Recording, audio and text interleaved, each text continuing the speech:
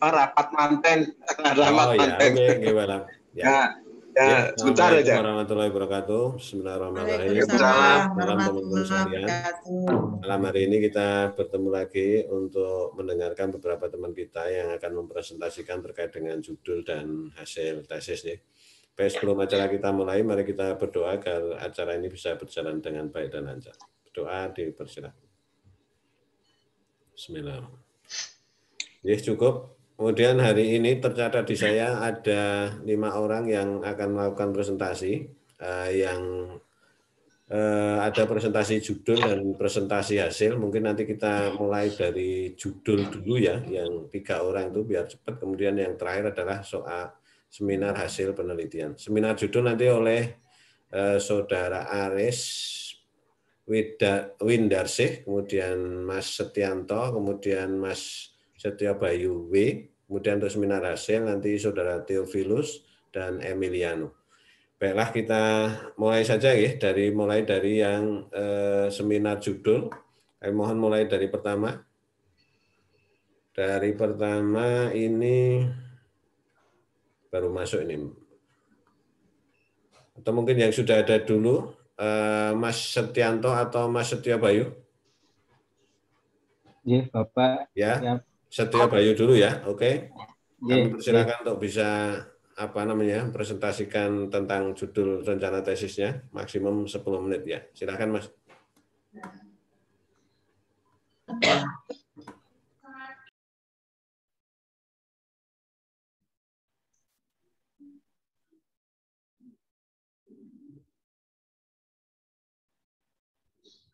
Baik, terima kasih Pak yang saya hormati Pak Nindyo, Pak Ilham, Bapak Ibu dan lain.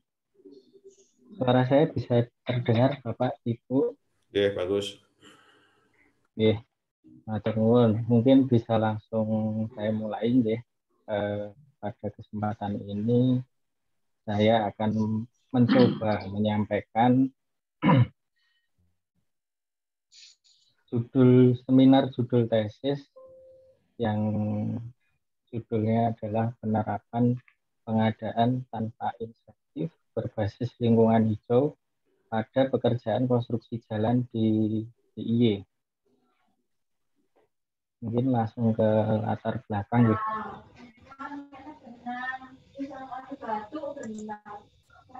Latar belakang untuk judul ini yang pertama di latar belakang adanya sektor infrastruktur yang saat ini merupakan salah satu sektor yang vital untuk memacu pertumbuhan ekonomi wilayah, kemudian itu yang akan menghubungkan berbagai macam aktivitas ekonomi menurut Direktorat Jenderal Anggaran tahun 2016. Kemudian yang kedua, aksesibilitas. Pembangunan prasarana jalan ini merupakan salah satu subsektor infrastruktur yang memiliki fungsi aksesibilitas untuk membuka daerah kurang berkembang dan fungsi mobilitas untuk memacu daerah yang telah berkembang.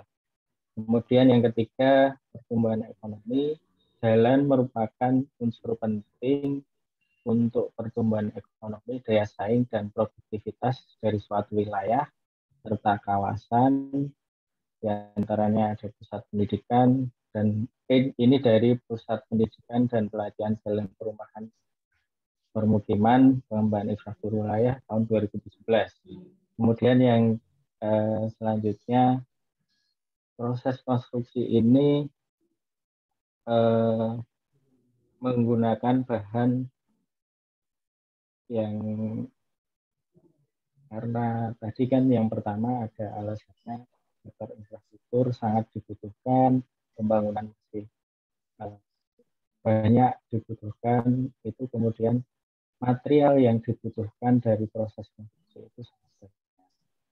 Ini yang akan mempengaruhi juga di sumber daya alam tersedia, kemudian suplai demand-nya antara kebutuhan untuk melakukan pembangunan serta ketersediaan sumber daya itu yang akan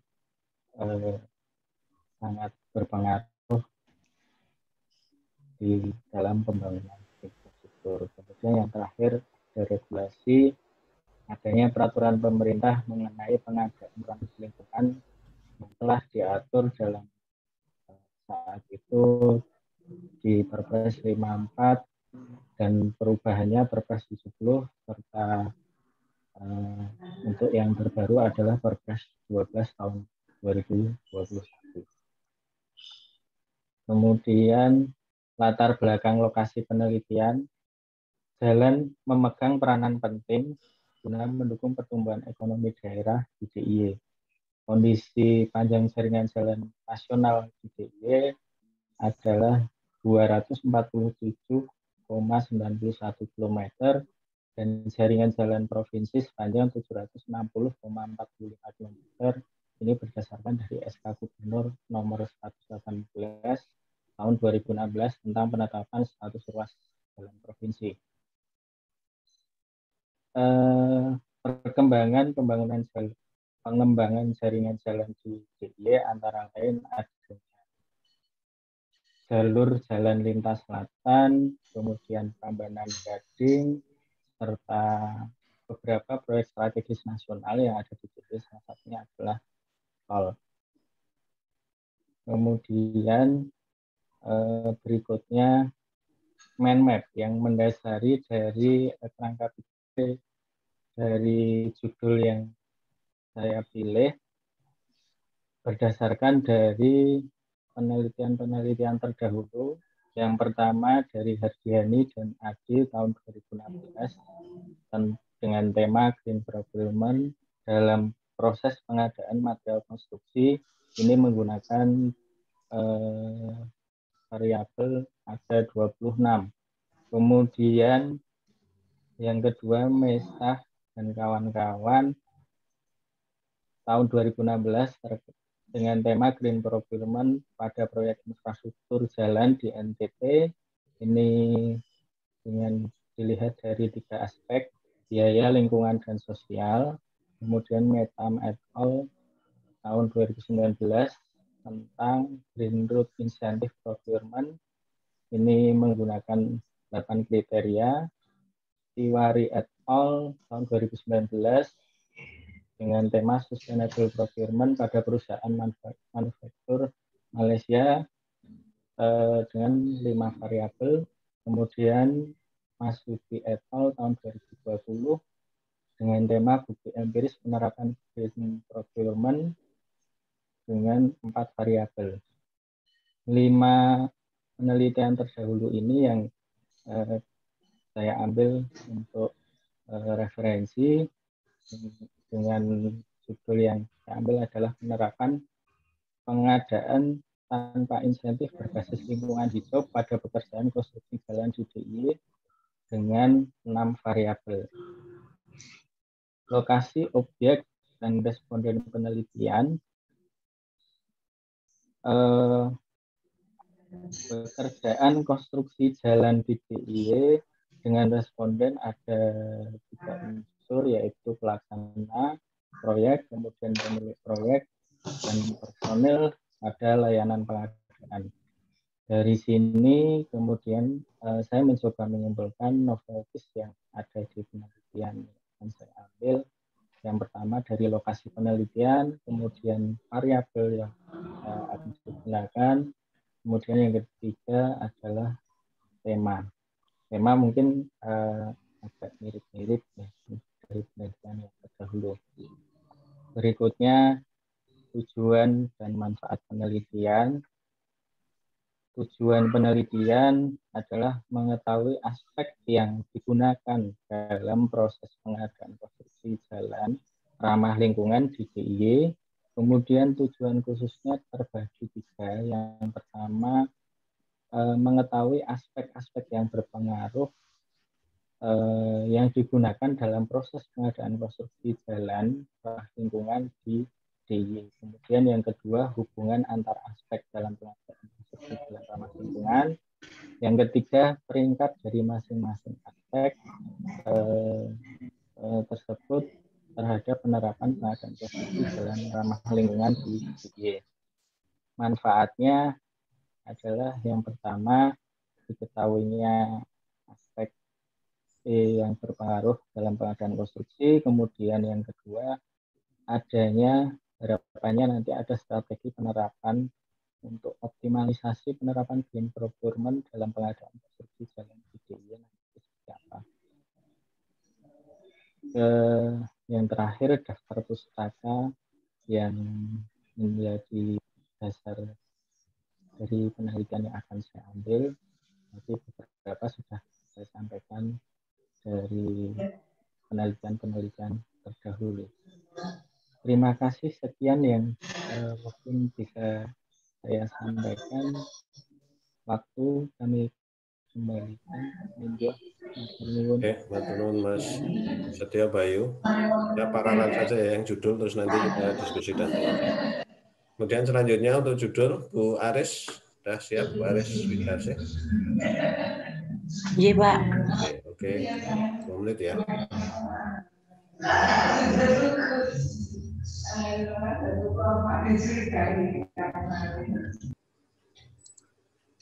Iya, matur nuwun Pak waktunya. Assalamualaikum warahmatullahi wabarakatuh. Halo, bisa terdengar Pak? Ya, oke, jelas. Dengaran, Pak. Bisa Mbak. Ya. Yeah. Terima kasih atas waktu yang diberikan. Yang terhormat Pak Ninjo, Pak Sadi, Pak Ilham, dan Bapak Ibu dosen yang lainnya, serta teman-teman yang berbahagia. Pada kesempatan ini saya akan menyampaikan seminar judul tesis saya dengan judul Manajemen Pemeliharaan Jalan untuk Mempermudah Akses Menuju Rumah Sakit di Kabupaten Kulon Progo menggunakan Sistem Informasi Geografis. Latar belakang penelitian saya, yang pertama, jalan sebagai bagian dari sistem transportasi nasional mempunyai peranan yang sangat penting dalam mendukung bidang ekonomi, sosial, budaya, dan lingkungan. Begitu pentingnya fungsi jalan menuntut pemerintah untuk mempunyai suatu strategi perencanaan dan penanganan jalan yang cepat dan akurat. Yang kedua, pemeliharaan jalan merupakan kegiatan yang berkaitan dengan perawatan dan perbaikan jalan yang diperlukan dan direncanakan untuk mempertahankan kondisi jalan agar tetap berfungsi secara optimal melayani lalu lintas selama umur rencana jalan yang ditetapkan. Kemudian selama ini sebagian besar penanganan keadaan gawat darurat hanya memperhatikan faktor jarak sebagai variabel penentu dalam pemilihan rumah sakit. Keadaan ini belum tentu memberikan hasil yang optimal disebabkan karena masih ada faktor lain yang mempengaruhi waktu tempuh untuk mencapai rumah sakit seperti kondisi jalan yang rusak. Kemudian dengan sistem informasi geografis akan membantu untuk menentukan rute optimal dan prioritas pemeliharaan jalan sehingga dapat membantu proses mobilisasi pada penanganan gawat darurat menuju rumah sakit dengan cepat. Untuk latar belakang pemilihan lokasi penelitian, pemilihan Kabupaten Kulon Progo sebagai lokasi penelitian dikarenakan keberadaan Kulon Progo sebagai salah satu kabupaten DIY dengan fasilitas kesehatan yang cukup baik dengan adanya 1 rumah sakit kelas B dan 8 rumah sakit kelas D. Selain itu didukung pula dengan keberadaan jaringan jalan yang memadai dengan inventarisasi yang lengkap. Selain itu dalam kondisi existingnya saat ini tidak semua kondisi jalan di Kabupaten Kulon Progo dalam kondisi baik dan memadai. Kerusakan jalan tersebut disebabkan oleh beberapa faktor, diantaranya sering dilewati oleh kendaraan berat seperti truk dan kendaraan berat lainnya, karena di Kulon Progo terdapat banyak penambangan galian C di mana banyak truk dengan muatan melebihi kapasitas yang menyebabkan jalan menjadi rusak. Mind map-nya ada beberapa referensi yang saya ambil. Yang pertama dari Dr. Namir J. Ahmed et al. Tahun 2009. Temanya penentuan rute optimal antara 2 lokasi menggunakan GIS. Lokasinya Kota Baghdad menggunakan 4 faktor.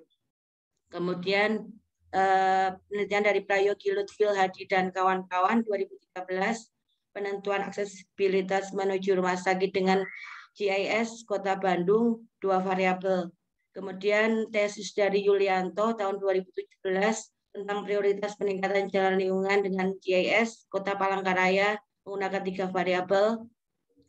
Kemudian Varden Nodrat et al. Tahun 2018 tentang penentuan prioritas pemeliharaan jalan dengan GIS dan VP.net. Lokasinya Afghanistan dengan 6 variabel, dan Faisal Mahafar et al. 2019 tentang penentuan rute alternatif terpendek menggunakan GIS lokasi India dengan 7 variabel. Dari beberapa referensi ini dapat diambil noveltisnya, yaitu pertama lokasi penelitian, kemudian tema penelitiannya. Untuk penelitian saya yaitu penentuan prioritas pemeliharaan jalan kabupaten untuk mempermudah aksesibilitas menuju rumah sakit, dan variabel yang digunakan juga sedikit berbeda.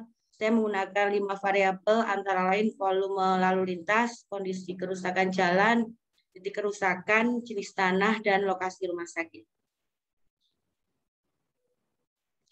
Tujuan penelitian ada 2. Yang pertama, dapat disusun sistem informasi berupa database dan ditentukan prioritas pemeliharaan jalan kabupaten yang mendukung mobilitas, penanganan gawat darurat menuju rumah sakit dengan menggunakan sistem informasi geografis. Yang kedua, dapat disusun konsep sistem manajemen pemeliharaan jalan kabupaten sistematis dan berkelanjutan.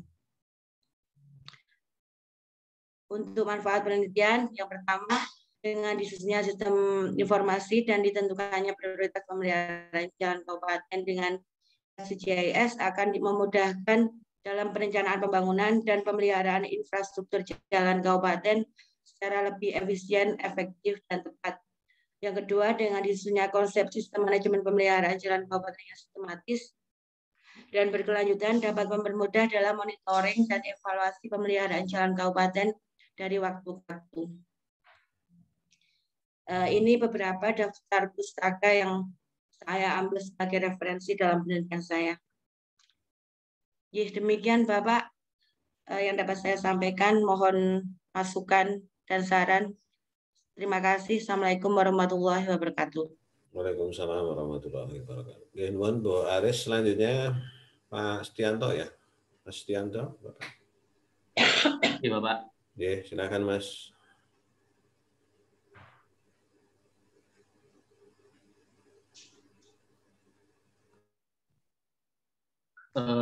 Sudah terlihat Bapak untuk sudah. share screen-nya. Bismillahirrahmanirrahim. Assalamualaikum warahmatullahi wabarakatuh. Yang kami hormati Pak Ninjo, serta Bapak Ibu dosen MTS UJB yang tidak bisa saya sebutkan satu-satu, beserta teman-teman mahasiswa dan alumni MTS UJB. Mohon izin perkenankan pada kesempatan malam ini kami menyampaikan proposal judul tesis kami yang berjudul Implementasi Bangunan Gedung Hijau pada Bangunan Gedung Negara di Daerah Istimewa Yogyakarta, yang mana pada kesempatan ini kami dibimbing yang pertama oleh Pak Nindyo, kemudian yang kedua oleh Pak Ilham.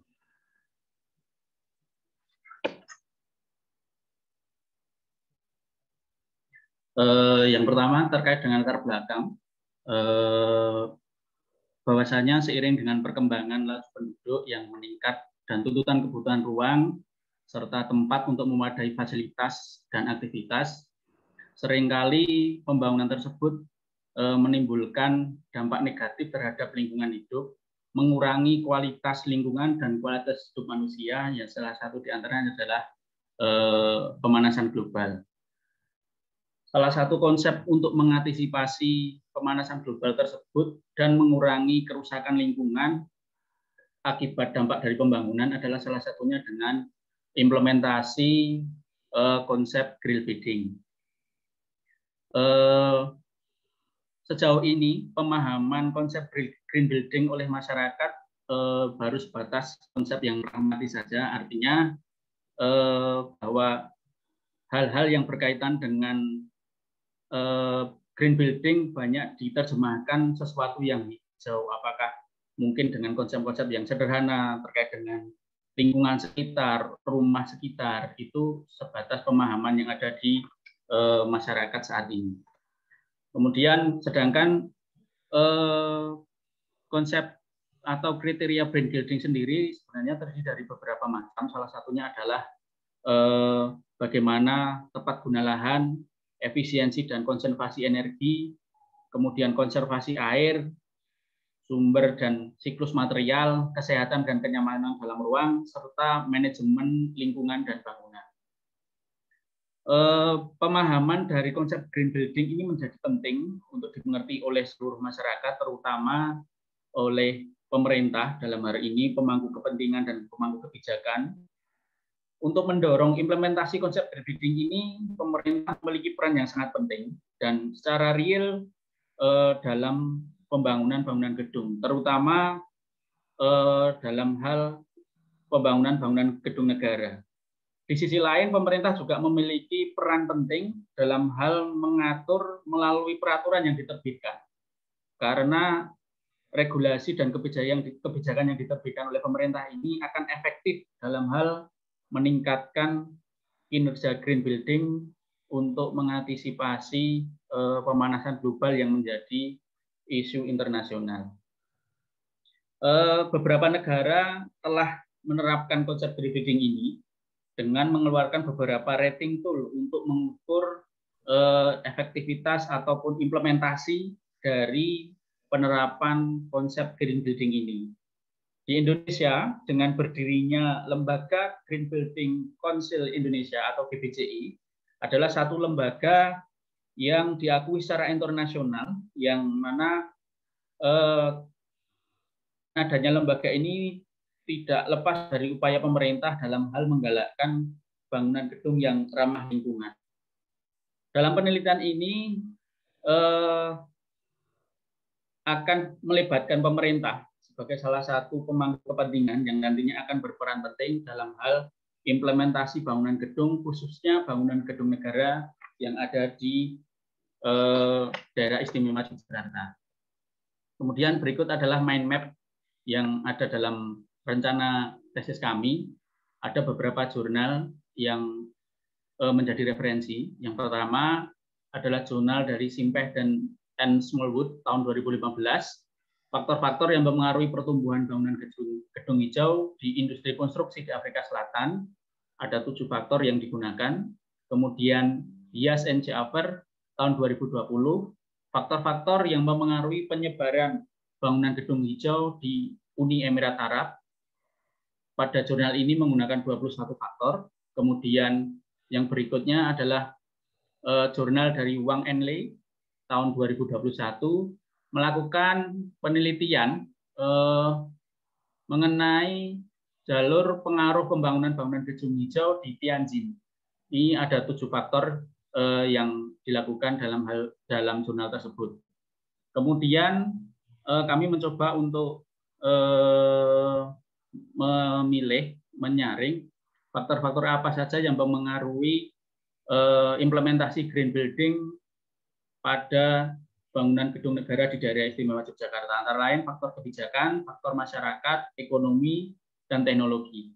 Kemudian dari beberapa faktor tersebut kami masukkan, kemudian kami menjadikan novelty pada tesis kami. Yang pertama adalah lokasinya berada di daerah istimewa Yogyakarta.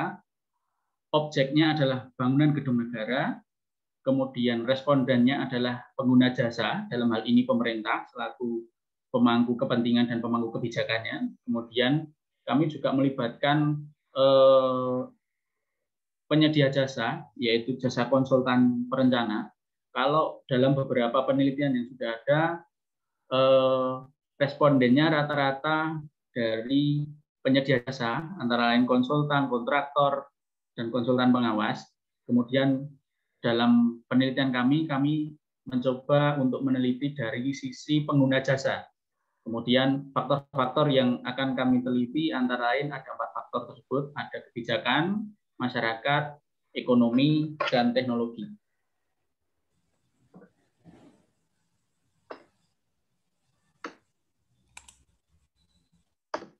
Kemudian tujuan dari penelitian ini adalah untuk mengetahui faktor yang berpengaruh terhadap implementasi green building pada bangunan gedung negara di daerah istimewa Yogyakarta. Kemudian yang kedua, mengetahui peringkat dari faktor-faktor tersebut terhadap implementasi green building pada bangunan gedung negara di daerah istimewa Yogyakarta. Kemudian manfaatnya, diketahuinya yang pertama adalah diketahuinya faktor-faktor yang menjadi pengaruh dalam implementasi green building pada bangunan gedung negara di Yogyakarta.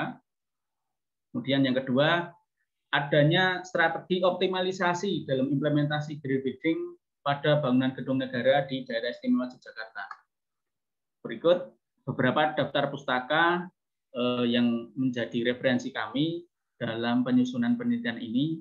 Ada peraturan, ada jurnal yang menjadi referensi kami dalam menyusun penelitian ini. Demikian, terima kasih atas waktunya. Kami kembalikan ke Pak Nindyo. Berikutnya nanti kami mohon saran dan masukan demi lancarnya penelitian kami. Matur nuwun, kami kembalikan ke Pak Nindyo. Ya, makasih Mas Setianto, ini setia ya, Setio sama Setianto ini. Oke, baik, kita masuki ke diskusi dulu ya, untuk yang seminar judul. Mungkin dari teman-teman dosen ada yang akan memberikan masukan atau saran mungkin. Saya urut dulu lah dari senior, Pak Sadi atau Pak Elam. Pak Sadi, ada yang... Sadi aja, Mas. Pak Sadi dulu, okay. Pak Sadi. Ada masukan untuk teman-teman?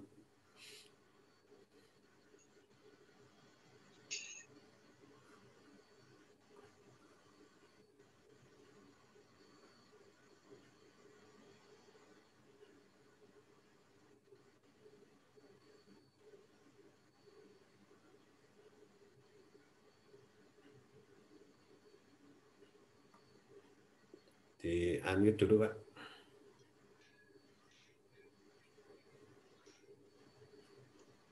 Ya, monggo Pak Sadi. Ya. Terima kasih. Jadi yang judul ini ya mesti ada di tengah jalan mungkin ada sedikit perubahan barangkali, tapi yang penting adalah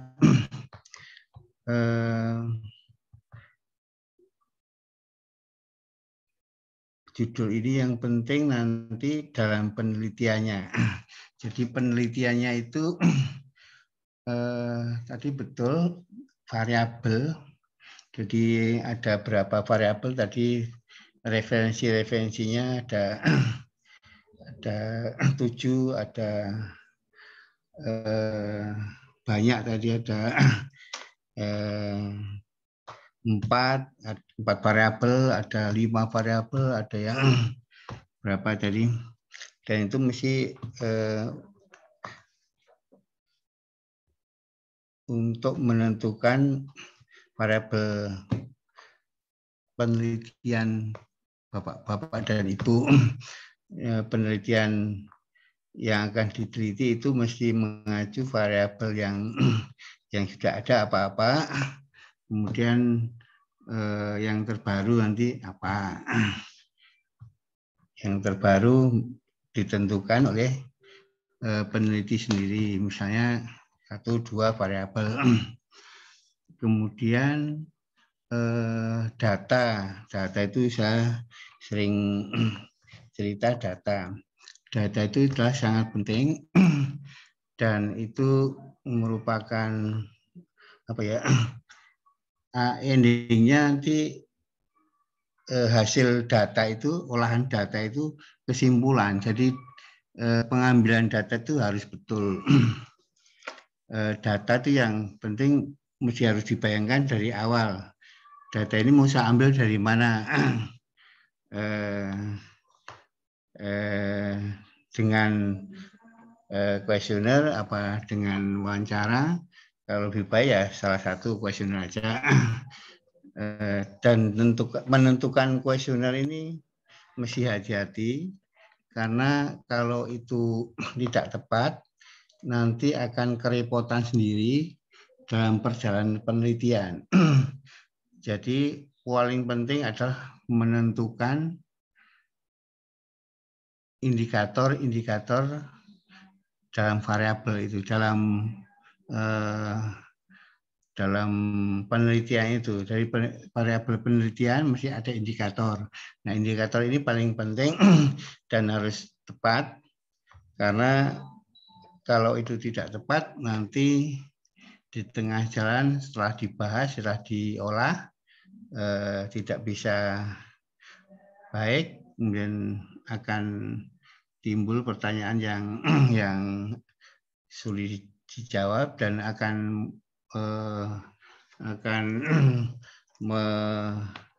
mengulangi. Jadi daripada mengulangi lebih baik dari awal sudah harus lebih teliti. Dari awal ini penentuan kuesioner itu harus teliti, harus hati-hati sehingga nanti di tengah jalan dapat lancar.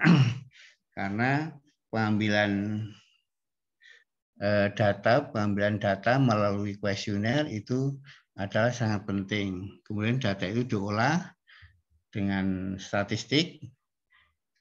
Kalau data itu tidak tepat atau tidak betul, olahannya juga tidak baik, tidak betul, hasilnya pun juga tidak betul dan tidak baik. Daripada ulangi, daripada hasilnya nggak baik, sehingga di jalan mengulangi lagi dari awal, lebih baik harus hati-hati waktu pengambilan data tersebut. Karena kalau perasaan saya kalau data itu adalah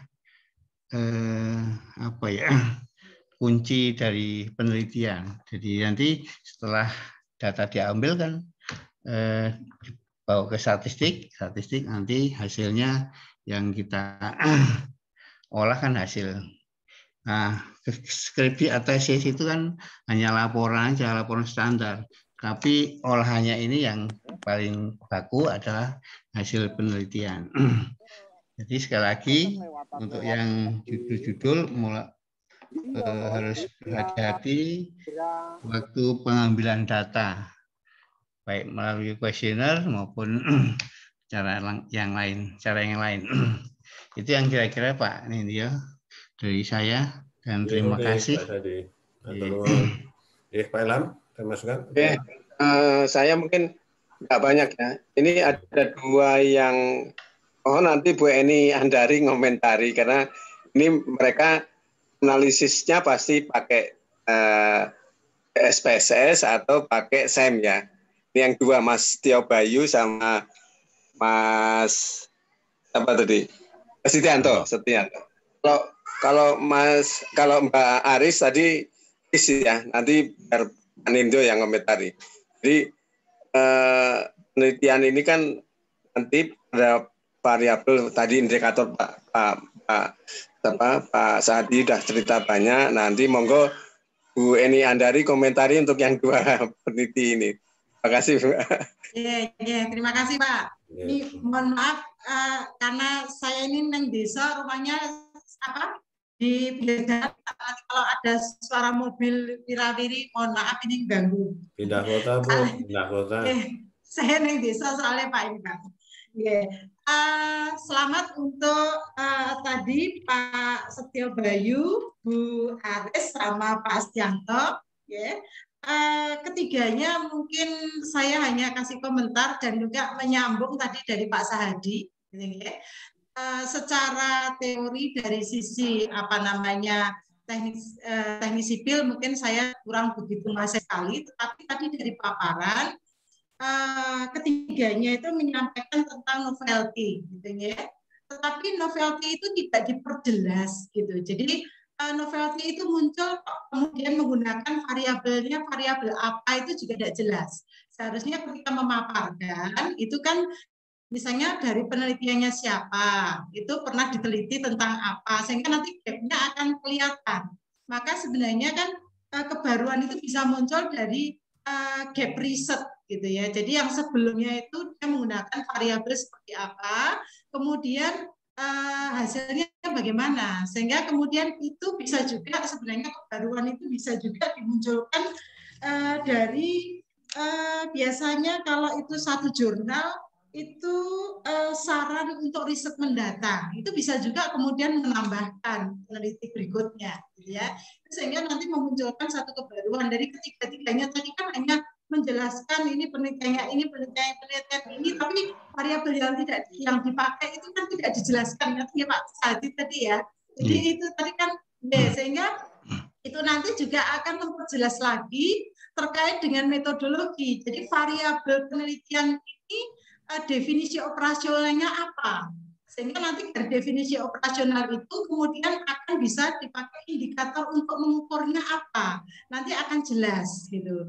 Jadi tadi saya hanya menyambung saja dari Pak Sadi karena dari beberapa tadi kan mengatakan hanya kebaruan itu dari lokasi penelitian. Oke lah, tapi kalau lokasi itu tataran sebenarnya mungkin dalam tataran riset untuk yang dasar ya. Tapi kalau untuk yang sudah level level magister itu dari gap risetnya itu seharusnya. Jadi artinya bahwa riset sebelumnya itu apakah sudah pernah topik itu dilakukan. Kalau memang sudah pernah dilakukan, mungkin penggunaan variabelnya hanya berapa misalnya. Sehingga kemudian ini ada juga di tempat yang lain seperti apa. Apakah mau mix gitu ya, artinya menggunakan beberapa variabelnya dari penelitiannya A, B, atau seperti apa. Sehingga nanti akan kelihatan kebaruannya dari riset ini dengan diterapkan pada lokasi yang berbeda. Nah ini sehingga tadi novelty-nya itu perlu nanti lebih diperjelas. Kemudian dari sisi metodologinya yaitu tadi nanti terkait dengan variabel penelitian itu harus bisa didefinisikan.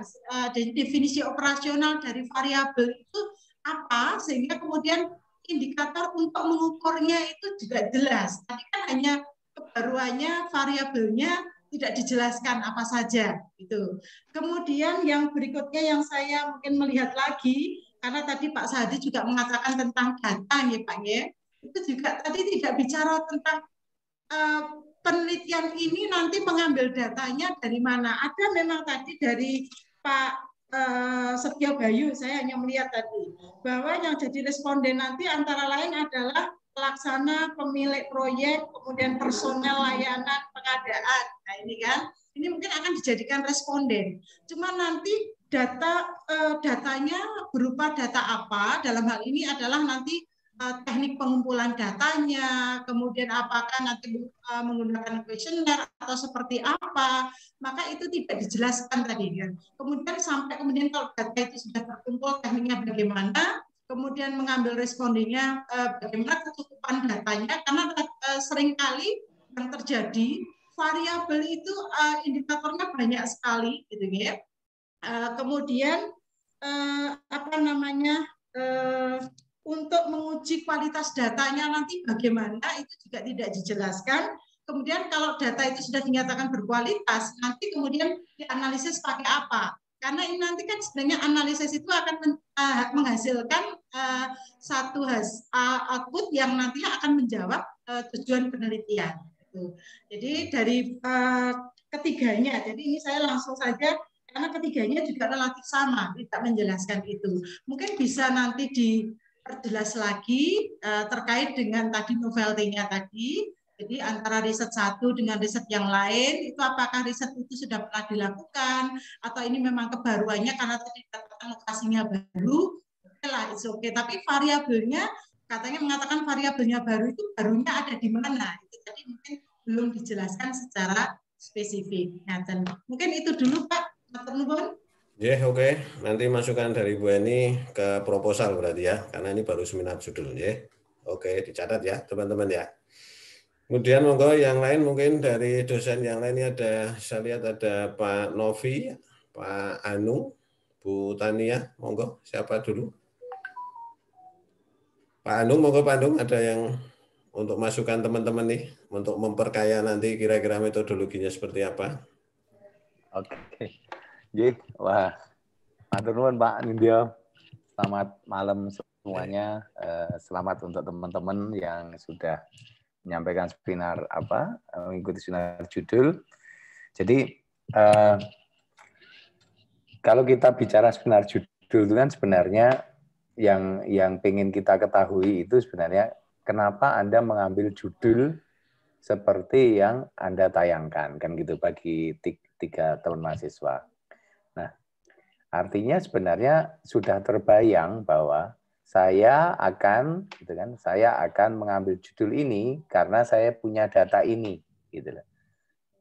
Meskipun itu data masih data awal.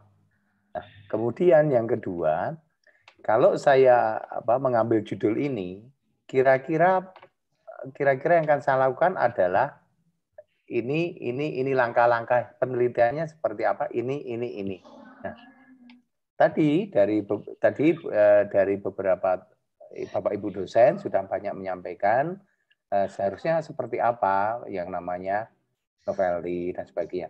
Saya hanya menggarisbawahi, kalau Anda mengambil judul terlalu panjang, terlalu lebar, gitu, biasanya Anda akan kesulitan menemukan novelty atau untuk mencari riset gap analisisnya dari penelitian yang lain, kemudian menghasilkan novelty akan kesulitan. Saran saya sebenarnya untuk ketiga teman-teman ini mahasiswa, ambillah judul yang lebih mengarah, lebih fokus gitu, lebih fokus supaya ketika Anda menemukan novelty juga lebih mudah.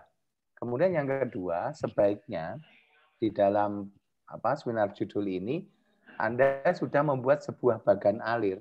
Kalau menurut saya loh ya, bagan alir meskipun masih awal atau kalau orang mengatakan itu hanya black model ya, black model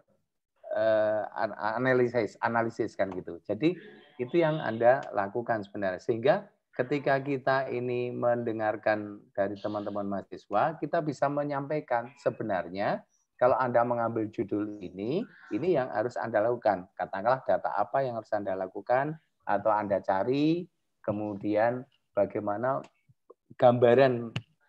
gambaran globalnya, kemudian kira-kira nanti novelty-nya seperti apa gitu. Jadi menurut saya itu saja sebenarnya kalau kita bicara seminar judul. Saya kira itu Pak Nindyo.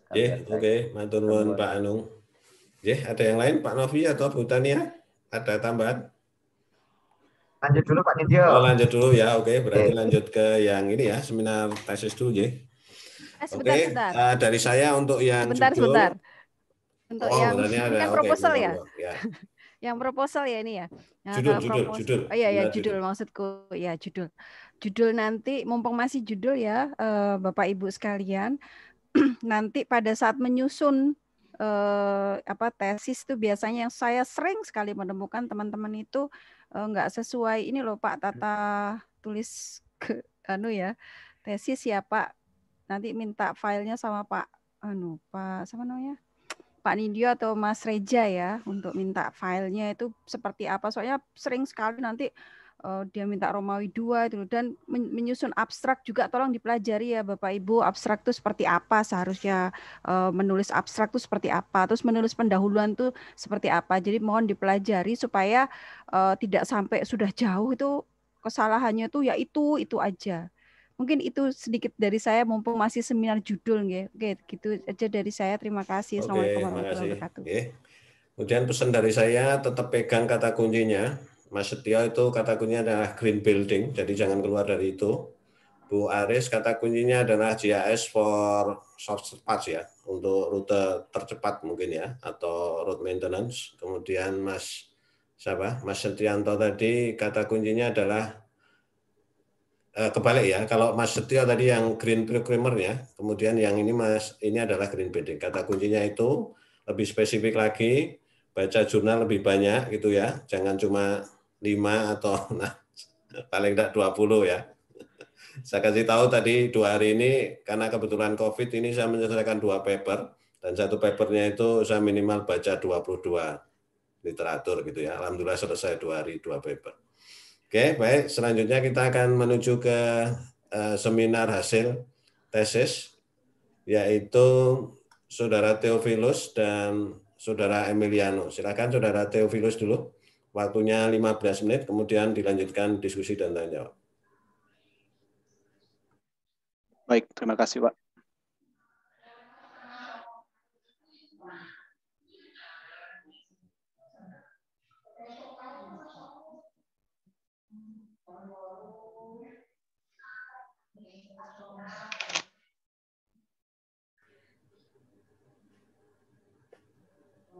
Baik, terima kasih.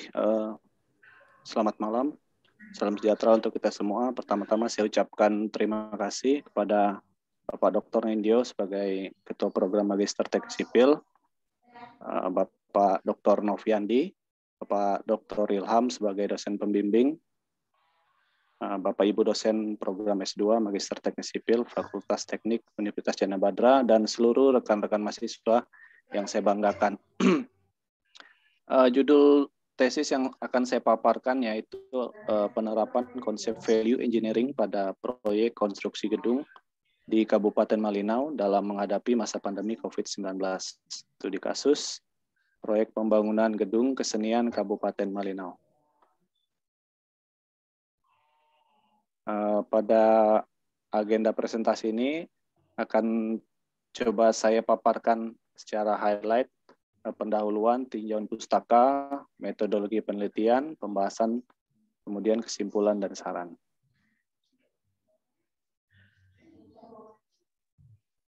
Latar belakang singkat pada penelitian ini adalah mengangkat fenomena pandemi COVID-19 yang berdampak negatif terhadap sektor konstruksi di Indonesia, pembatasan sosial, pembatasan jam kerja, keluar masuk orang dan barang, refocusing anggaran, dan lain-lain. Dan menurut Siombing 2020,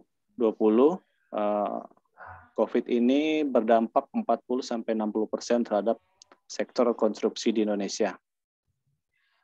Permasalahan COVID ini menambah permasalahan yang sudah ada di Kabupaten Malinau sebelumnya, yaitu kemahalan konstruksi, kemudian terkait isu lingkungan karena status Kabupaten Malinau sebagai kabupaten konservasi. Kondisi ekonomi saat ini menuntut penggunaan metode dan teknik rasional serta penelitian dan penerapan teknik baru dengan memanfaatkan kemajuan teknologi di setiap bidang. Value engineering adalah salah satu teknik untuk mengendalikan biaya dengan menggunakan pendekatan analisa nilai terhadap fungsinya. Rumusan masalah yaitu bagaimana penerapan konsep value engineering pada tahap perencanaan pembangunan gedung kesenian Kabupaten Malinau pada masa pandemi COVID-19.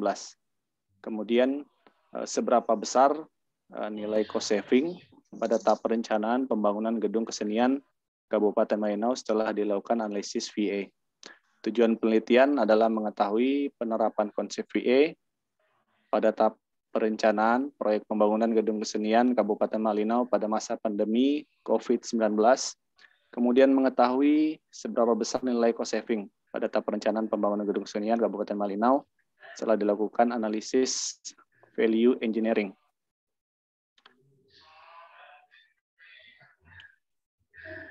Beberapa penelitian terdahulu telah dijelaskan penerapan VA yang telah diatur pemerintah sebagai langkah pengefektifan biaya konstruksi bangunan.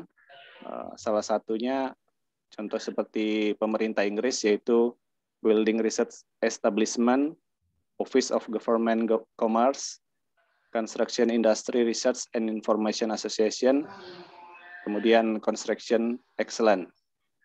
Menurut Copper and Pot tahun 2009, kemudian juga peraturan VA ini ada diterapkan juga di Indonesia, yaitu untuk bangunan lebih dari 1.200 meter persegi atau lebih dari 8 lantai, yaitu Permen PUPR nomor 45 PRTM 2007, yang kemudian juga diperbarui ke Permen 22 tahun 2018. Gap research pada penelitian ini adalah pertama itu respon teknis, yaitu value engineering akibat pandemi COVID-19 ini. Kemudian lokasi penelitian yaitu di Kabupaten Malinau. Kemudian dari data yaitu gambar BESTEK, RAB, kontrak kerja, monthly certificate, observasi lapangan, perhitungan struktur, dan lain-lain. Metode analisis yang kami pakai yaitu kuantitatif, kemudian hasil penelitian yang akan kami coba kejar yaitu pertama alternatif desain, kemudian cost saving.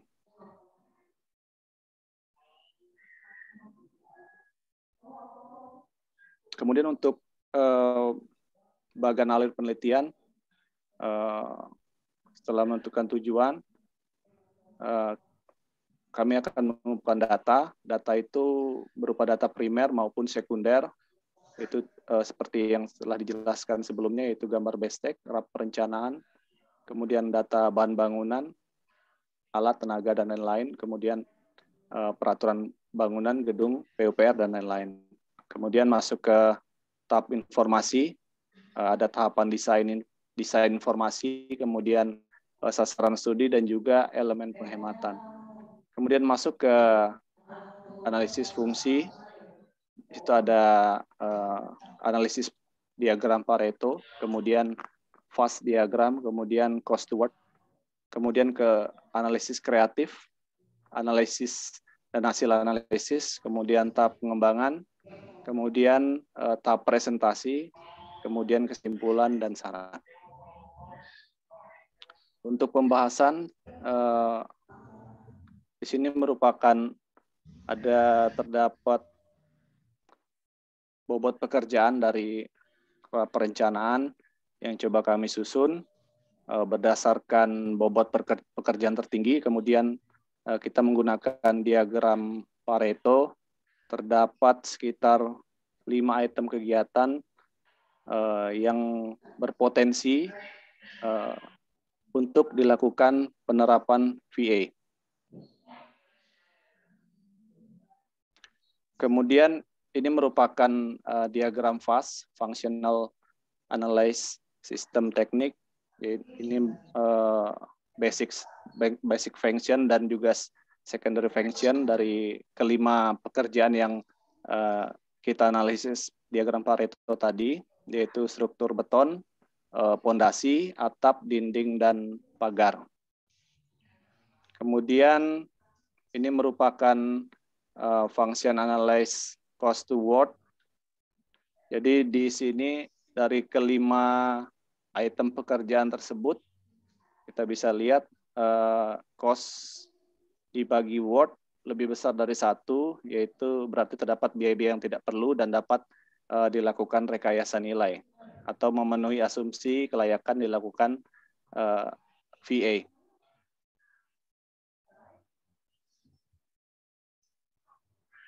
Kemudian dari selanjutnya yaitu tahap ranking alternatif.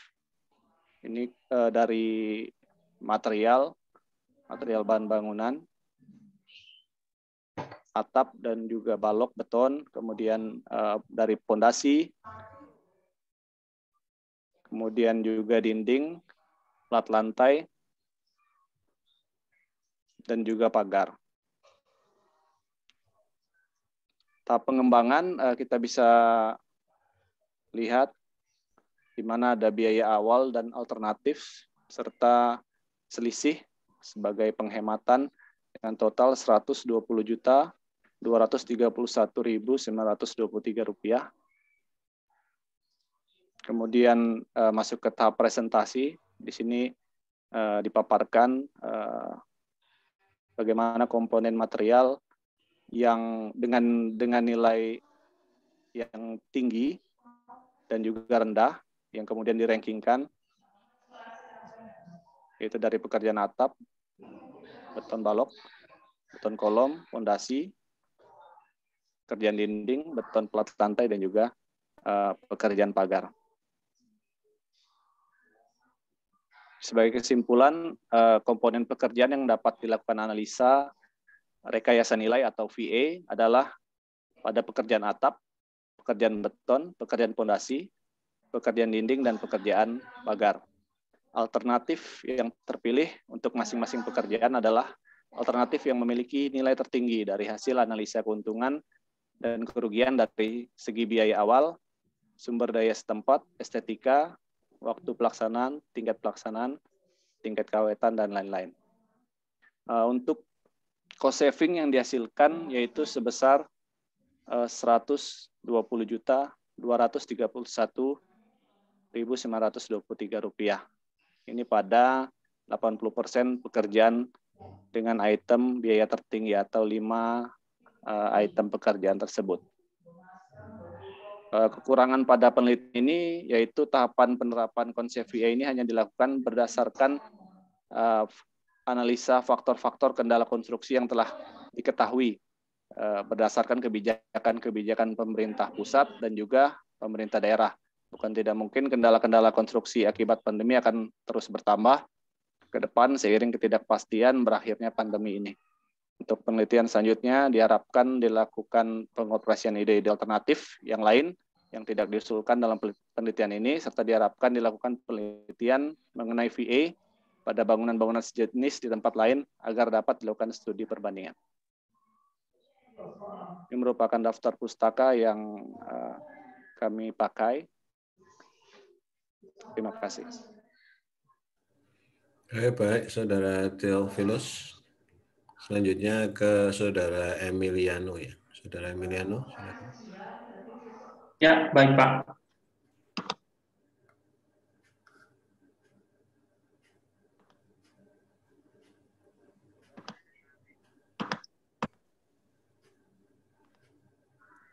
Ya, oke, silakan. 5. Oh ya, baik. Terima kasih untuk waktu yang diberikan kepada saya.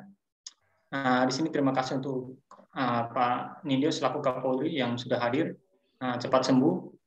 Terima kasih juga Pak Dr. Ilham, Pak Dr. Sahadi selaku pembimbing, dan dosen Bapak Ibu lainnya yang hadir di sini, dan yang tercinta teman-teman. Di sini saya Emiliano de Oliveira ingin mempresentasikan seminar hasil saya yang berjudul pengaruh koordinasi kinerja terhadap keberhasilan proyek konstruksi di Jawa Tengah dan DIY. Lanjut. Untuk latar belakang penelitian di sini, proyek konstruksi menjadi suatu hal yang tidak bisa dilepas dari kehidupan manusia. Ini karena dalam setiap hari selalu ada pembangunan yang terjadi di beberapa tempat. Salah satu masalah yang paling sering terjadi adalah masalah kurangnya koordinasi. Jadi koordinasi itu mempengaruhi pihak-pihak yang terlibat dalam suatu proyek tersebut. Jadi semakin banyak pihak yang terlibat dalam proyek konstruksi, jadi pengaruh koordinasi juga akan semakin penting. Perkembangan dunia konstruksi di Jawa Tengah dan daerah istimewa Yogyakarta akhir-akhir ini sangat pesat, seiring dengan banyaknya pembangunan sektor properti, perumahan, dan fasilitas infrastruktur lainnya. Kesalahan atau kurang baiknya pola konstruksi dalam suatu proyek dapat berdampak pada kinerja yang kurang baik. Jadi salah satu dampak dari kurang baiknya pola koordinasi mengakibatkan proyek tidak berjalan sesuai dengan rencana yang telah di planning atau diharapkan. Lanjut, untuk rumusan masalah di sini ada 2. Sebentar. Faktor yang pertama itu variabel apa yang berpengaruh terhadap koordinasi kinerja proyek konstruksi antara pemilik proyek, konsultan, dan kontraktor, serta pihak lain yang terlibat dalam proyek tersebut. Yang kedua, faktor apakah yang paling dominan berpengaruh terhadap koordinasi kinerja proyek konstruksi. Di sini ada batasan masalah.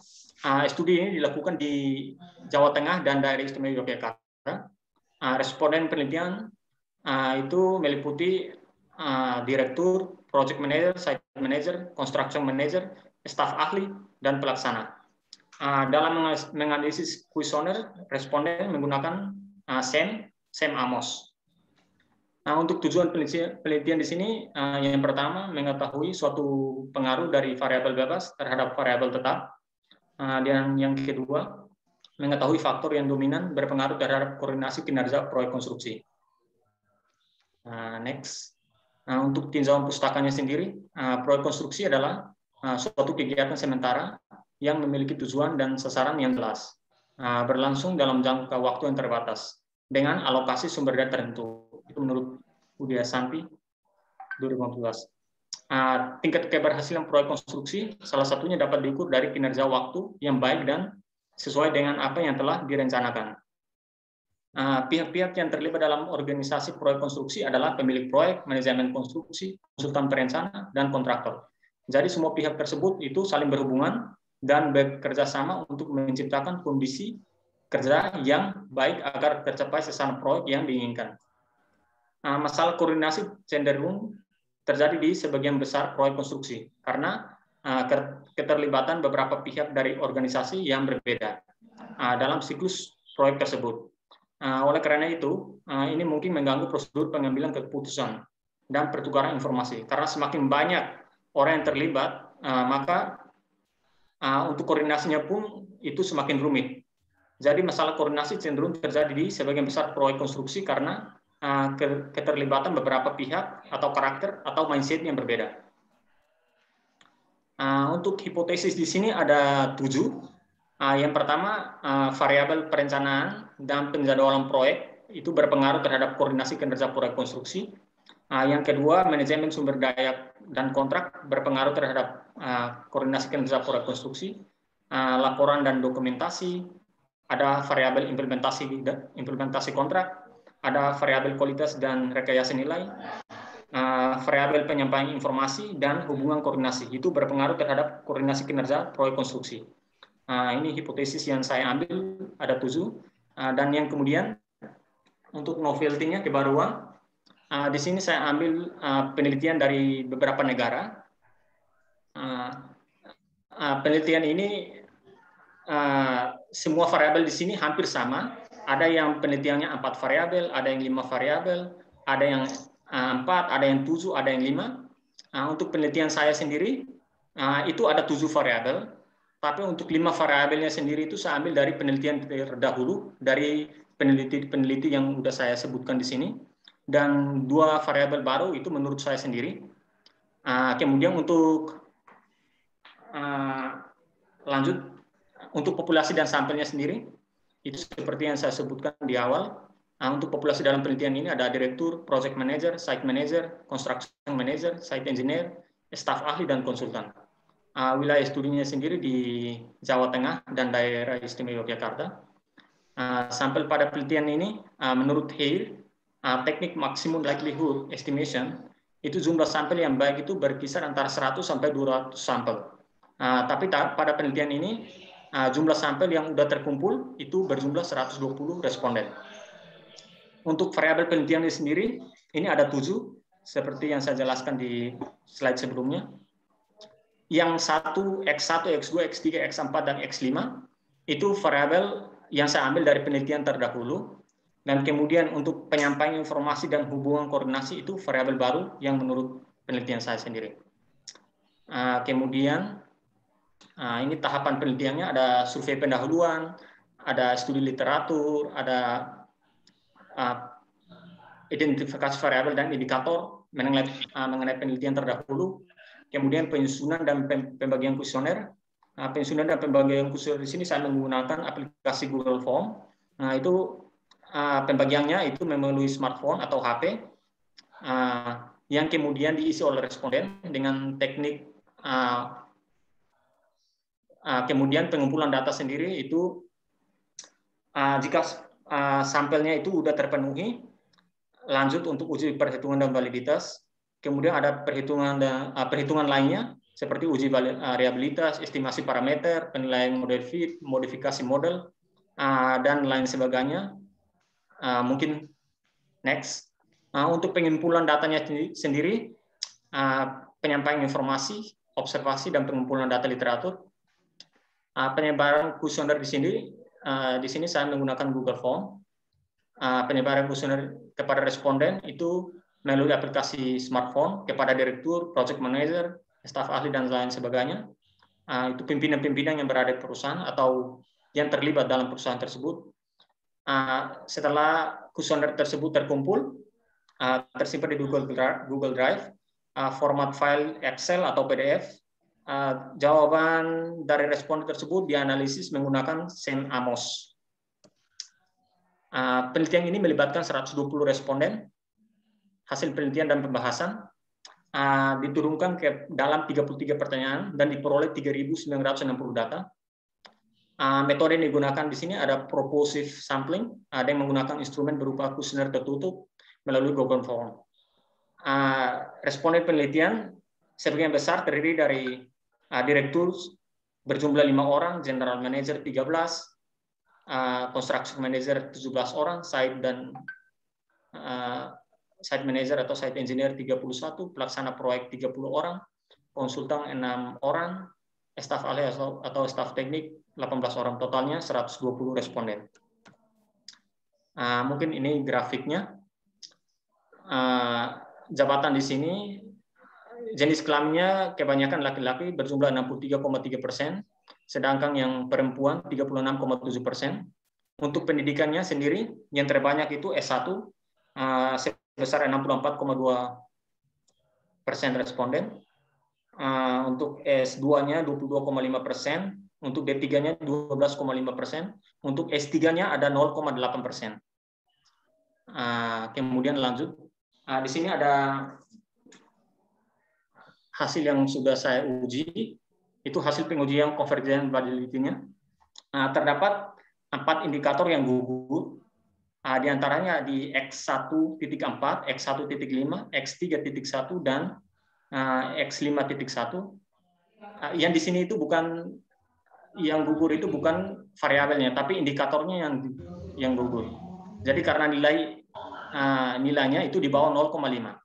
Sebagian besar adalah 0,5, valid semua. Untuk analisis modelnya sendiri, yang kiri di layar itu model sebelum perbaikan, yang kanan itu hasil pengujian model dan perbaikan. Untuk hasilnya sendiri, hasil analisis data dan uji hipotesis terhadap tujuh variabel tersebut didapatkan semuanya di ke-6 variabel itu semuanya signifikan. Tapi dalam hal ini X4, yaitu implementasi kontrak, itu tidak signifikan. Karena yang pertama nilai estimate-nya itu di bawah 0,05, sedangkan di sini 0,032, sedangkan yang disarankan itu 0,05. Untuk CR-nya sendiri 0,56, sedangkan untuk yang disarankan itu 1,96. Kemudian untuk nilai probability-nya itu seharusnya lebih kecil dari 0,05, tapi di sini lebih besar dari 0,5. Yang didapatkan di sini nilainya 0,571. Kemudian untuk analisis hipotesisnya sendiri, variabel yang mempunyai estimate paling besar itu di X5, itu kualitas dan rekayasa nilai dengan nilai sebesar 0,549. Kemudian di sini hasil hipotesisnya. Yang pertama, perencanaan dan penjadwalan proyek itu dari hasil CR-nya itu sebesar 2.217, yang menunjukkan bahwa nilai TS statistik itu lebih besar dari nilai T-table. Maka hasil ini menunjukkan hasil yang signifikan. Yang kemudian untuk yang sumber daya dan kontrak itu nilai CR-nya itu lebih besar dari nilai T-table. Maka nilai ini menunjukkan hasil yang signifikan karena nilai probability-nya lebih kecil dari 0,05. Untuk laporan dan dokumentasinya, nilai CR-nya sebesar 2.450, itu lebih besar dari nilai T-table, maka nilai ini menunjukkan hasil yang signifikan. Kemudian di sini untuk implementasi kontraknya tidak signifikan karena nilai CR-nya itu lebih kecil dari nilai T-table dan nilai probability-nya itu lebih besar dari nilai T. Maka itu menunjukkan hasil yang tidak signifikan. Kualitas dan rekayasa nilai itu disimpulkan memiliki nilai yang signifikan dan menunjukkan hasil yang signifikan. Maka ini dapat diterima. Untuk penyampaian informasi juga sama, memiliki nilai sebesar 3.127, lebih besar dari nilai T-table, maka ini menunjukkan hasil yang signifikan. Untuk hubungan koordinasi juga mempunyai nilai sebesar 6.595, maka nilai ini menunjukkan hasil yang signifikan. Untuk kesimpulannya sendiri, yang pertama, variabel perencanaan dan penjadwalan proyek berpengaruh sebesar 0,187 terhadap koordinasi kinerja proyek konstruksi. Yang kedua, variabel manajemen sumber daya dan kontrak berpengaruh sebesar 0,212 terhadap koordinasi kinerja proyek konstruksi. Yang ketiga, variabel laporan dokumentasi berpengaruh sebesar 0,368. Yang keempat, variabel kualitas dan rekayasa nilai berpengaruh sebesar 0,549. Variabel penyampaian informasi berpengaruh sebesar 0,251. Variabel hubungan koordinasi berpengaruh sebesar 0,394. Sedangkan variabel implementasi kontrak tidak mampu mempengaruhi koordinasi kinerja proyek konstruksi karena memiliki nilai T statistik lebih kecil dari T table dan nilai P di atas 0,05. Tapi dalam hal ini X4 tetap berkontribusi terhadap koordinasi kinerja proyek konstruksi. Jadi untuk variabel yang dominan berpengaruh terhadap koordinasi kinerja proyek konstruksi adalah kualitas dan rekayasa nilai dengan nilai estimate sebesar 0,549. Mungkin ini beberapa literatur yang saya ambil. Cukup ya, Mas. Mungkin itu saja. Terima kasih. Cukup. Baik, saran dan masukannya. Ke waktu diskusi ya, saya beri kesempatan dulu pada pembimbing mungkin Pak Novi. Pak Novi.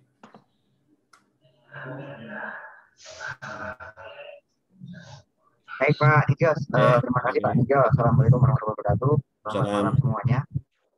Terima kasih atas waktunya yang diberikan kepada saya. Beberapa hal. Yang pertama saya mengucapkan apresiasi kepada Mas Nopel dan Mas Enzo bahwa sudah sampai hampir selesai ya, hampir tahap akhir lah. Sudah segera ya, kemudian selesai sampai go maklong Pakistan teknik. Kemudian yang kedua, yang pertama mungkin saya akan memberi masukan kepada Mas Theo tadi seperti apa yang disampaikan tanya itu saya juga beberapa kali saya mengecek apa namanya dari tes itu ada yang tata tulisnya itu ternyata tidak sinkron gitu ya. Mungkin mohon nanti coba dicek lagi dengan apa namanya pedoman penulisan tesis yang ada di ID, saudara sinkronkan lagi Mas Theo ya. Karena di sini juga ada di tesis saudara sekilas itu ada yang tulis gambar berapa titik berapa itu ada yang di atasnya gambar, ada yang di bawahnya gambar. Nah, itu kan mestinya kalau mau di atas semua, kalau di bawah semua itu disinkronkan. Kemudian juga tabel, kemudian tata tulis juga, terus di lampiran itu kayak tulisan biaya ya BAYA di bawahnya itu kan artinya kan orang membaca tesis saudara kan biar enak kan, tesis ini kan sekali seumur hidup nanti akan dibaca oleh anak cucu saudara itu. Wah, ini tesisnya sebelah saya itu tadi waktu itu diuji oleh Pak Nidjo, ini tulisannya rapi dan lain sebagainya, itu kan enak gitu loh Mas Theo ya. Tolong tata tulisnya dicek lagi ya Mas ya. Kemudian yang kedua terkait goalnya, goal dari riset saudara ini kan saudara banyak bercerita tentang pandemi ya. Memang saudara risetnya saudara kan lakukan pada saat pandemi. Nah di sini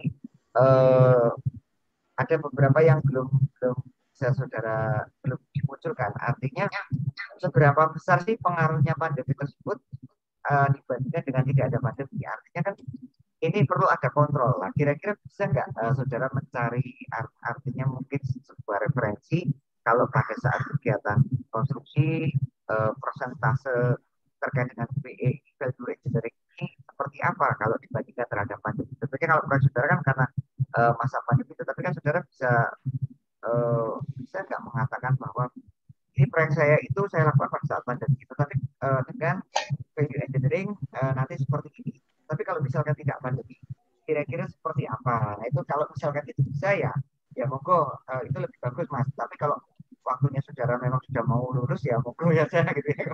Barangkali sekedar review. Tapi kalau itu bisa bagus, kemarin Mas Petrus pun juga saya minta seperti itu dan beliau bisa menyelesaikan itu. Jadi pastinya ada gitu ya. Kemudian yang kedua terkait ini, jadi riset ini kan saudara kan menulis ada latar belakang, ada tujuan. Nanti tujuan saudara kan ini yang pertama value engineering terkait pandemi pada gedung kesenian. Kemudian yang kedua adalah cost saving pada gedung kesenian. Nah ini sesungguhnya sudah terjawab, tetapi semestinya dalam tulisan itu penelitian yang baik itu tujuan itu akan terjawab di kesimpulan. Kesimpulan saudara itu menggambarkan tujuan dari penelitian saudara, menjawab dari penelitian saudara. Jadi ada pembahasannya itu adalah detailnya, tetapi nanti pada kesimpulan yang pertama tadi tujuannya adalah value engineering pada saat pandemi. Nah itu dijawab pada kesimpulan pertama. Kemudian cost saving itu dijawab pada kesimpulan yang kedua. Nah ini belum sinkron. Jadi kesimpulan saudara malam tadi bercerita bahwa saudara membahas tentang apa namanya tentang tentang itu kan tidak menjawab dari tujuan itu. Tolong disinkronkan ya Mas. Tapi sebenarnya sudah terjawab, hanya belum tidak perlu disinkronkan antara tujuan dengan kesimpulannya. Kemudian yang berikutnya terkait saran. Nah, saran ini kan beliau kan cerita, tapi tadi sekilas saya lihat PPT-nya sudah diperbaiki karena kan tadi saya sebelum seminar saya sempat ngirim koreksian juga. Jadi saran itu tidak harus panjang, cerita panjang lebar. Tapi kalau cerita panjang lebar itu adalah pembahasan. Jadi saran itu apa sih yang artinya singkat, padat dan berisi. Artinya di sini pesan itu bisa yang pertama adalah pada saat saudara melakukan penelitian itu kendalanya apa. Kemudian apa yang tidak tercapai pada penelitian saudara sehingga saudara bisa memberikan sebuah apa namanya sumber kepada pembaca untuk melakukan penelitian lanjutan dari penelitian saudara ini. Ya, jadi ini tapi tadi sekilas saya sempat tadi saya sambil Pak Dido soalnya di tempat saya tadi barusan ada penyemprotan dari PMI ini satu perumahan ini banyak yang kena Pak. Jadi agak kurang fokus. Artinya itu jadi belum next risetnya itu seperti apa?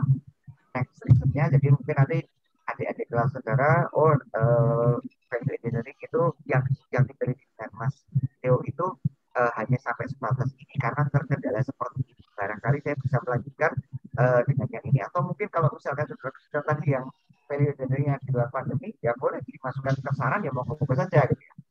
Tapi kalau itu bisa terjawab saya lebih senang lagi.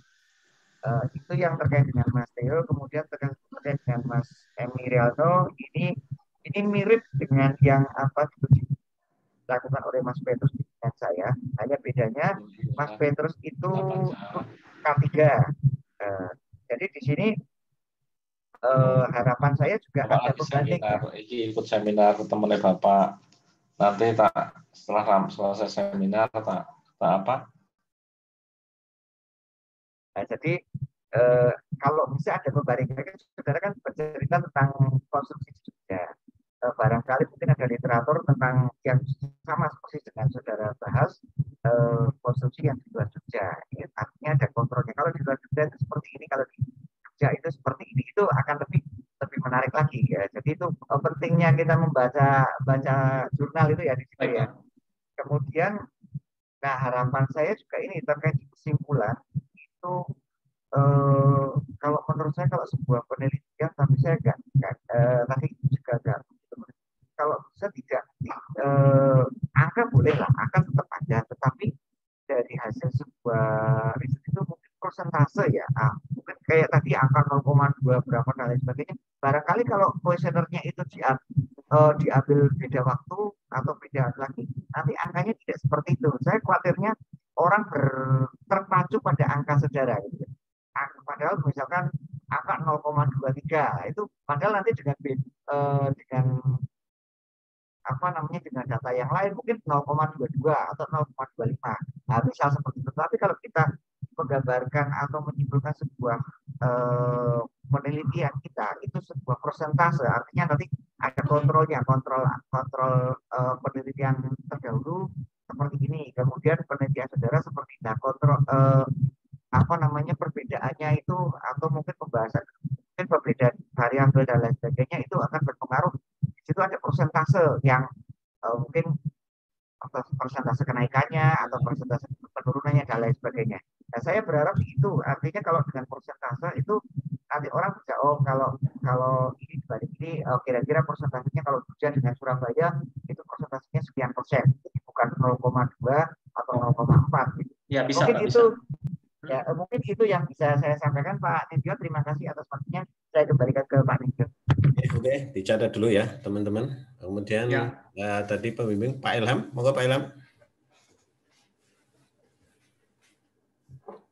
Ya, terima kasih. Saya nggak banyak ya karena ini saya pembimbing, karena saya mengharapkan justru masukan dari dosen yang lain yang hadir hari ini. Jadi saya tidak banyak mengomentari. Hanya untuk Mas Theo itu Mas Theo tadi belum cerita kronologisnya proyek. proyek ini kan waktu seminar yang lalu katakan bahwa proyek ini sudah masuki konstruksi. Nah, Mas Tio melakukannya pada saat desain. Kaitannya tadi Novi kaitannya sama COVID-19 ini, ya itu ada kaitannya sama COVID-19. COVID-19 itu ada Permen PUR itu yang sudah rinci itu. Nah itu bisa dibandingkan nanti mana yang terkait dengan Mas Tio. Itu saya kira Pak Novi sudah. Nah, nanti untuk Mas Emiliano, nanti Bu Eni Andari lagi nih. Saya mohon masukannya karena pakai SEM ini, Bu. Ya. Monggo, terima kasih. Oke, baik Pak Ilham. Mungkin sebelum ke Bu Eni ya, Pak Sadi ada ini dulu clue-clue mungkin untuk sidang, Pak Sadi.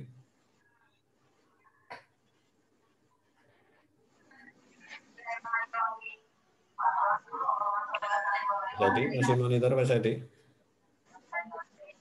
Pak Sadi nggak monitor kayaknya. Iya. Udah ya. Bisa ya. Bisa ya. Untuk Mas Miliano, saya sedikit komentar seperti Pak Ilham karena membimbing.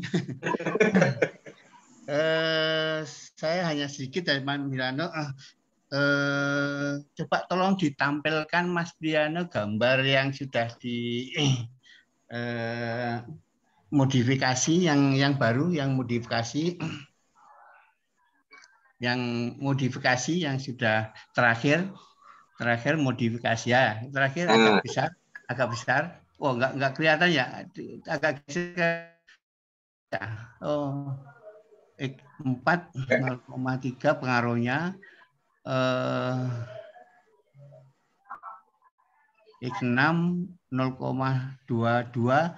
Oke. Begini Mas Milano. Ya, Pak. Ini oke, yang X1 itu pengaruhnya berapa persen ya? Berapa persen? X1 X2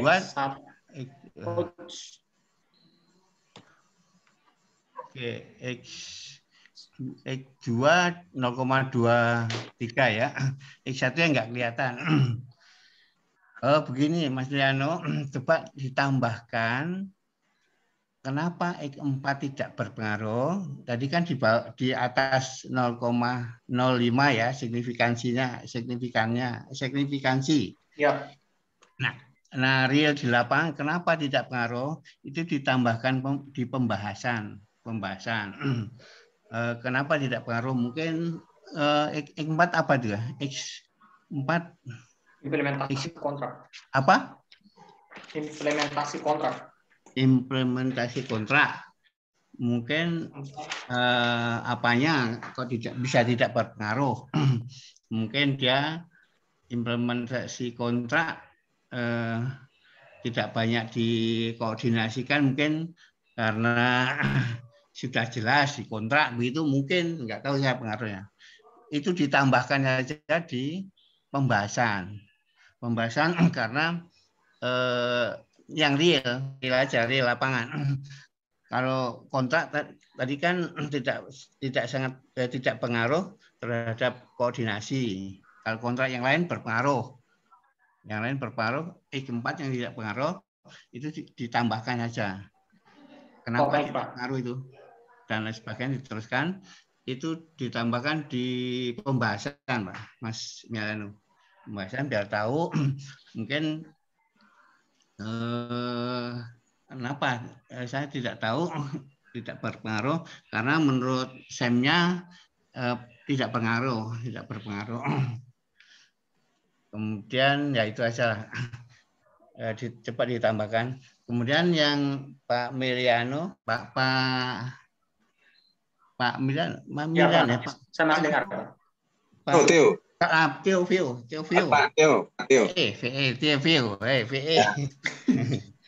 Value engineering. Kalau proyek pemerintah kapan itu dilakukan value engineering, Pak Teofio? Iya, Pak.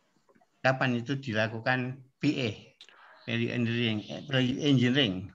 Kalau untuk Permen 22 2018 sudah didetailkan pada tahap desain, Pak. Desain ya. Ya, dengan lokakarya sekitar 40 jam. Kemudian yang memvalue siapa itu? Value ditekankan konsultan perencana. Jadi perencana sudah merencanakan, kemudian memvalue. Ya, kemudian memvalue. Memvalue. Ya, betul Pak. Kemudian kalau konsultan value sendiri tidak memanggil konsultan value. Kalau pada tahap konstruksi ada namanya value engineering change proposal (VECP). Itu berbeda dari desain, Pak. Kalau sudah kontrak ya? Iya, Pak. Sudah kontrak, apa bedanya change order atau tambah kurang?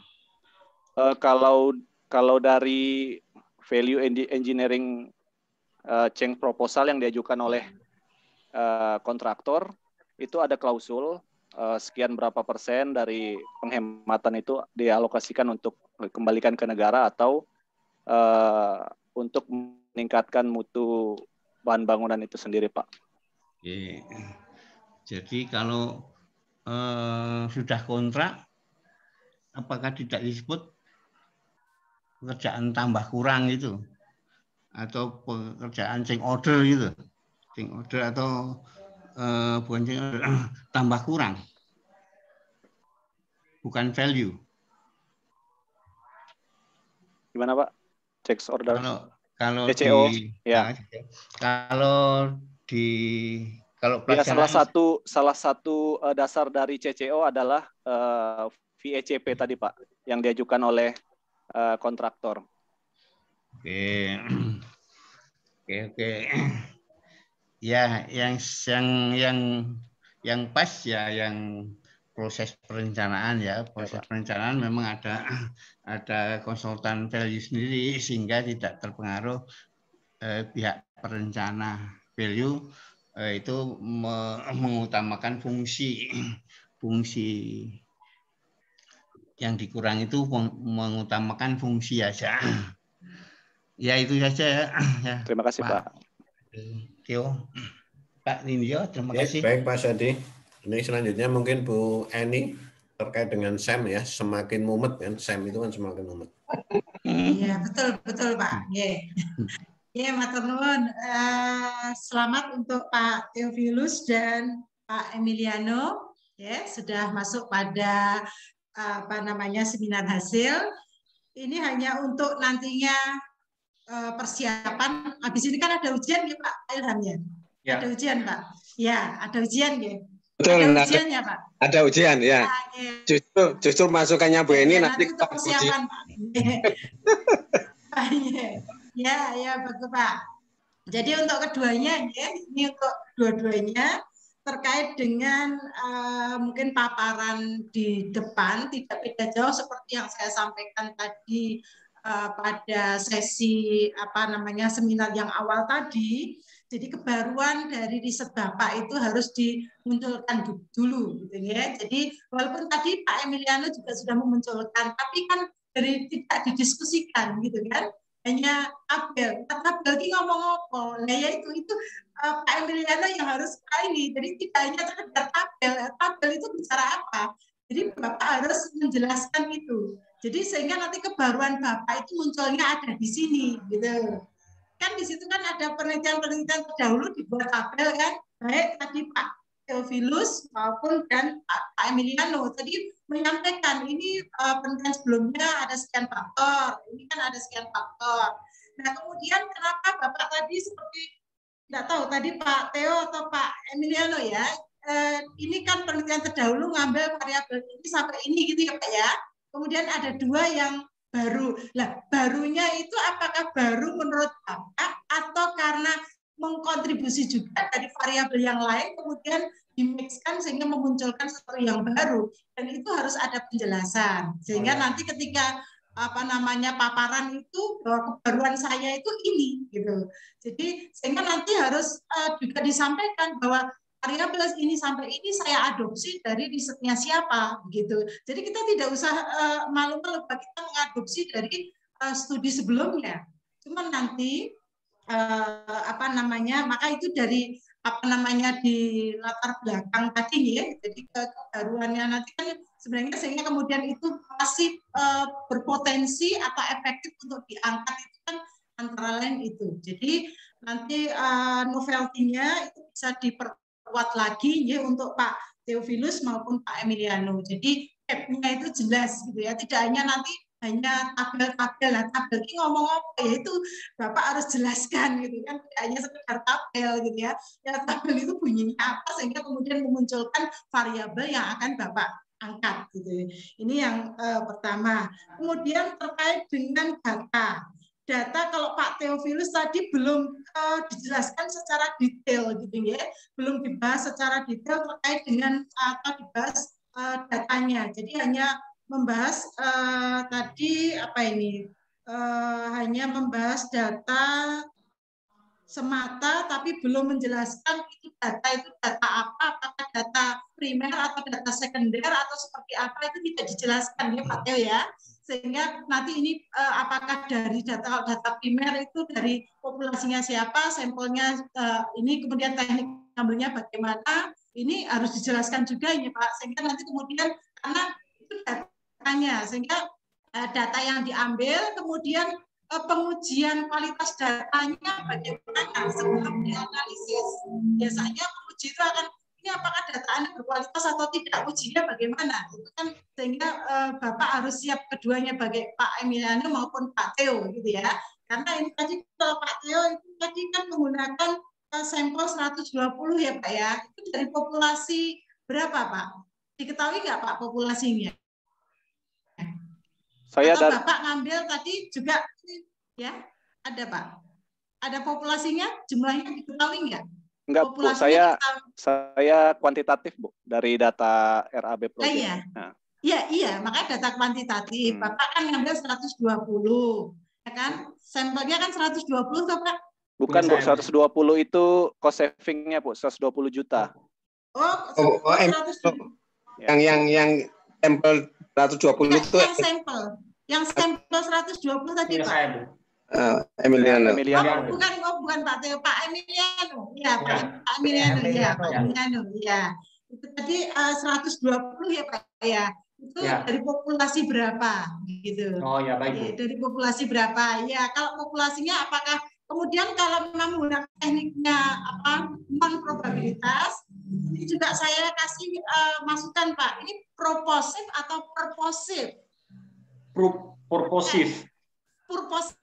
Kita bukan proposif loh Pak ya. Karena proposif artinya proportional sampling atau non proportional sampling. Nah, maka purposive itu berarti kan berdasarkan tujuan tertentu. Nah, tujuan itu ada indikator kriterianya apa sehingga dia dipakai itu. Maka Bapak harus jelaskan itu gitu. Dan ini ya sehingga kemudian nanti untuk mengumpulkannya kan menggunakan apa Pak?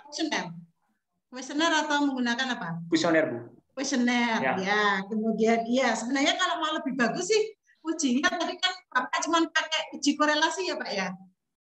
Untuk uji butirnya pakai korelasi ya Pak? Enggak Bu. Apa? CFA, confirmatory factor analysis. Iya. Iya. Untuk apa Bu? Untuk yang uji butir, kuesioner untuk item pertanyaannya. Itu semuanya pakai SEMS Amos Bu. Iya, itu kan analisisnya, Pak. Ya.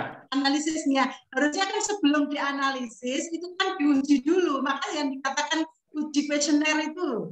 Uji kuesioner itu kan harusnya kan uji butirnya itu sebelum dianalisis harus diuji dulu harusnya. Oh ya, baik Bu. Ya, namanya uji validitas dan reliabilitas, gitu namanya, Pak. Oh, ada Bu, ada. Itu yang disebut dengan uji kualitas data, itu yang namanya uji validitas dan reliabilitas. Ya. Ada Bu, ada ujinya.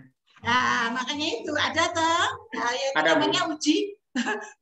Ya, itu uji kualitas data, Pak. Sehingga kalau sudah dikatakan itu memang valid, andal, baru kemudian dianalisis gitu toh, Pak.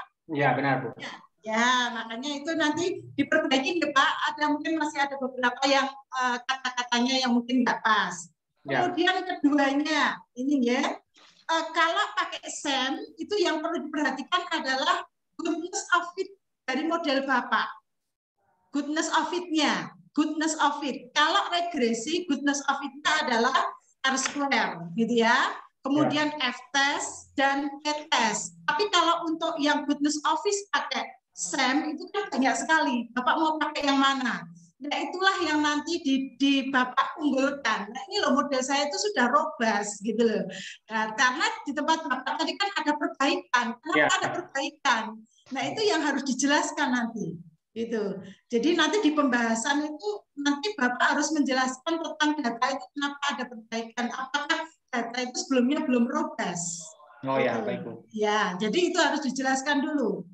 Kemudian untuk yang ya, untuk yang keduanya Pak Theo dan Pak Emiliano. Jadi di pembahasan, pengetahuan saya kan tidak hanya membahas data. Jadi biasanya kan ada pembahasan dan diskusi ya Pak Ilham.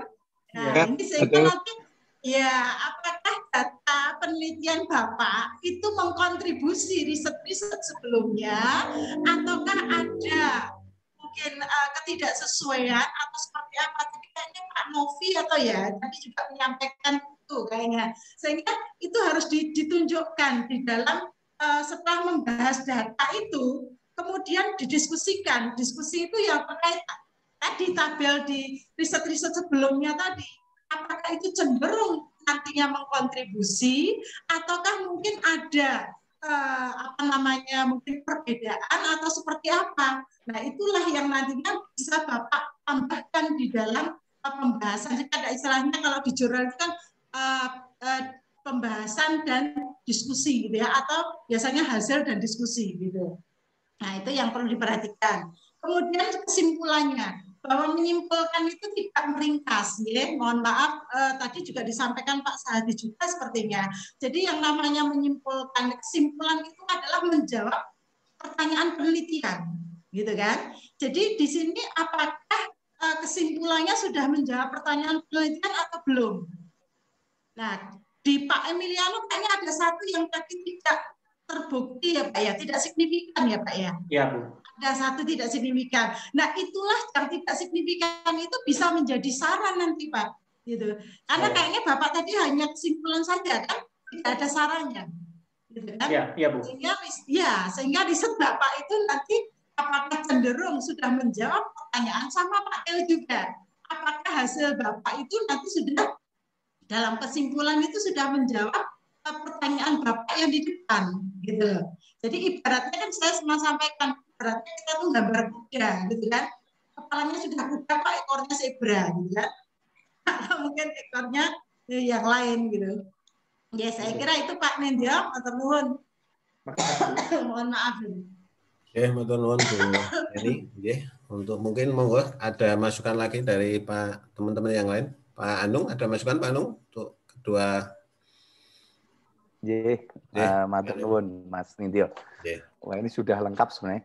Jadi untuk Mas Theophilus gitu. Bagan alirnya Mas, menurut saya kan kalau kita bicara bagan alir kan ada namanya decision atau keputusan. Itu bentuknya biasanya kan segitiga. Nah, kalau saya tidak salah lihat tadi di tempatnya Mas Theophilus itu decision-nya ada di data. Menurut saya bukan itu, karena data itu given. Data itu given, kemudian diolah oleh komputer menjadi hasil atau output, kan gitu. Nah, dari output itu kemudian diteruskan akhirnya menjadi tadi sebuah decision tadi, sebuah keputusan. Nah, keputusannya itu kan sebenarnya di cost saving tadi yang Mas Theophilus sampaikan di kesimpulan dan sebagainya. Nah, di dalam cost saving itu mestinya itu harus ada decision tadi. Ada alternatif yes atau no. Coba Mas sampaikan Mas Theophilus. Gitu loh. Nah, kemudian uji-uji tadi kalau ada uji rehabilitas gitu loh, atau uji varian-varian yang lain itu kan sebenarnya uji dari sebuah data, bukan dari uji dari sebuah setelah ada membuat sebuah decision kan itu. Nah, Berarti artinya bahwa sebenarnya yang kalau kita ingin melihat seberapa cost saving yang ada di situ dengan VE tadi, value engineering, maka sebenarnya apakah cost saving itu dibandingkan dengan apa? Kalau itu dibandingkan dengan sesuatu, gitu, sesuatu nilai, saya tidak tahu nilai apa tadi karena tidak Anda tampilkan, maka itu ketika menjadi yes, berarti itu nanti menjadi sebuah kesimpulan. Kalau no, berarti balik lagi ke atas. Di analisisnya kembali yang ke atas. Gitu. Itu Mas Theophilus kalau dari saya itu. Kemudian Mas Emiliano, kalau lihat dari tadi bagan SEM-nya tadi, saya kalau saya salah tolong dibantah. Apakah itu sebuah inner model ya Mas yang Anda sebut yang Anda bagankan dalam SEM itu dari flowchart-nya SEM tadi. Dari bagannya SEM tadi, itu inner model kalau nggak salah, bukan outer model. Kalau inner model, berarti kan di situ ada variabel konstruk, ada variabel laten, ada variabel struktural, dan seterusnya. Nah, tadi Anda yang di sebelah kanan tadi, itu meletakkan panahnya menurut saya keliru. Jadi, itu menjadi tidak jelas mana yang menjadi indikator, mana yang menjadi variabel. Gitu loh. Menurut saya ada yang keliru di situ. Jadi nantinya kalau Anda nanti menyimpulkan bahwa ternyata yang paling berpengaruh itu adalah ini, maka panahnya menuju ke satu titik yang di tengah. Kalau inner model harusnya betul. Tapi panahnya Mas Emiliano menuju ke semua, kemana itu arahnya saya tidak tahu. Jadi kemudian kalau Anda bicara tentang critical ratio, kemudian ada bicara tentang P-value atau probability value dan sebagainya itu kan hanya sebuah nilai sebuah nilai yang harus Anda analisis ketika critical CR-nya, critical ratio-nya itu katakanlah dibandingkan dengan yang ada di tabel dan sebagainya itu melebihi atau mengurangi, artinya apa? Gitu loh. Nah, itu harusnya di dalam pembahasan, hasil dan pembahasan bab 4 itu muncul. Harusnya itu muncul. Dan kemudian mana yang paling berpengaruh dari beberapa indikator itu. Kan banyak indikator tadi. Iya. Iya kan? Kan gitu kan Mas Emiliano? Banyak indikator. Mana yang berpengaruh? Yang paling berpengaruh mana dari hasil Anda tadi? Ada critical ratio-nya, ada p-value-nya, ada SE-nya. Terus ini kok tidak ada PET koefisiennya? Apa tidak muncul dalam program SEM panjenengan ketika dihitung? Mestinya muncul, ada PET koefisien. Nah, PET koefisien itu yang biasanya digunakan oleh orang untuk melihat sebenarnya dari sekian indikator itu mana yang paling berpengaruh. Saya tidak tahu yang Anda hitung itu muncul atau tidak, karena tidak Anda tampilkan di situ. Nah, kalau tidak muncul, berarti Anda harus menganalisis dari keempat tadi ada p-value, CR, SE ya kalau nggak salah dan sebagainya itu. Jadi dari situ. Nah ini menurut saya agak sulit nanti menyimpulkannya. Maka tadi saya bisa memahami ketika Mas Emil mengambil kesimpulan itu dengan menampilkan nilai-nilai dari SEM-nya itu ada CR dan sebagainya itu karena saya yakin karena Anda agak kesulitan menemukan bahwa yang paling berpengaruh mana di situ. Tapi cobalah dilihat lagi dengan melibatkan atau konsultasi dengan dosen pembimbing Anda.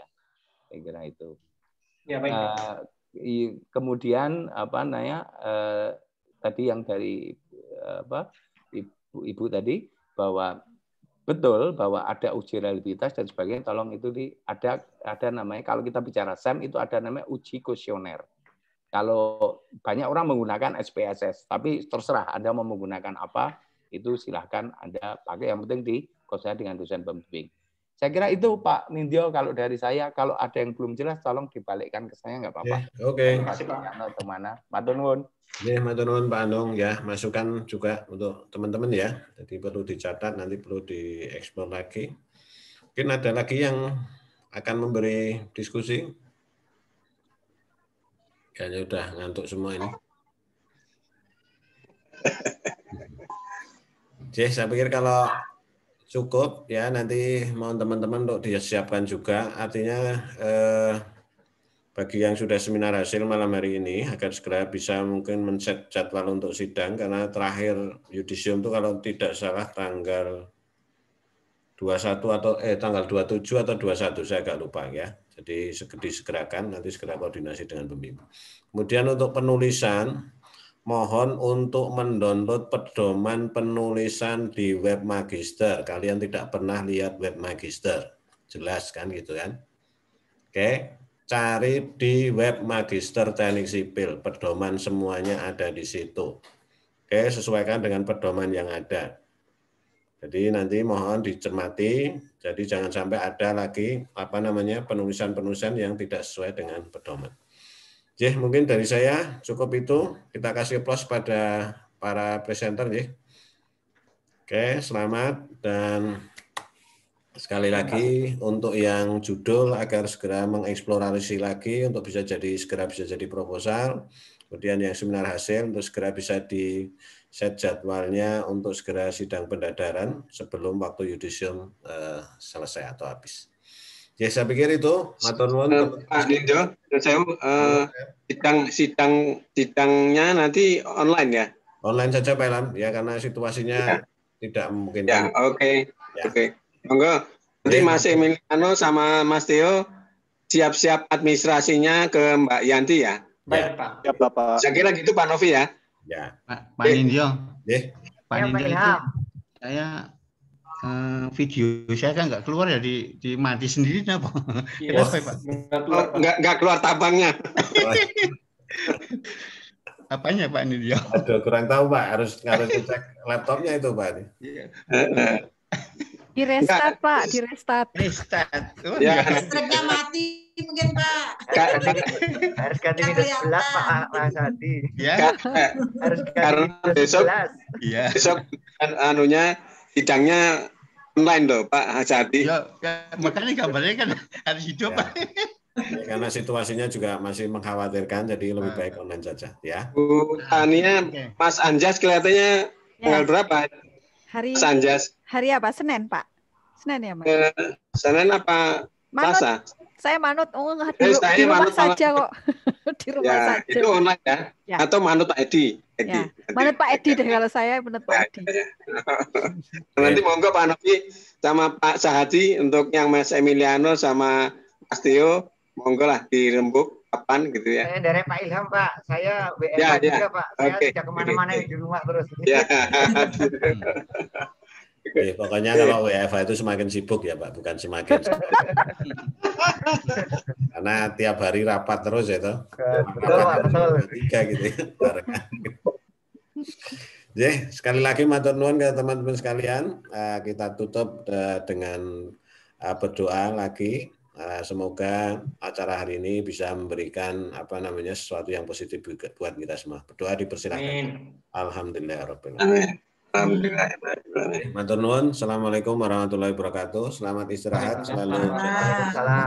Terima kasih Bapak Ibu. Terima kasih Bapak Ibu. Sekarang masukannya. Ya. Nanti saya chat Pak Ilham. Izin saya end meetingnya. Ya Pak.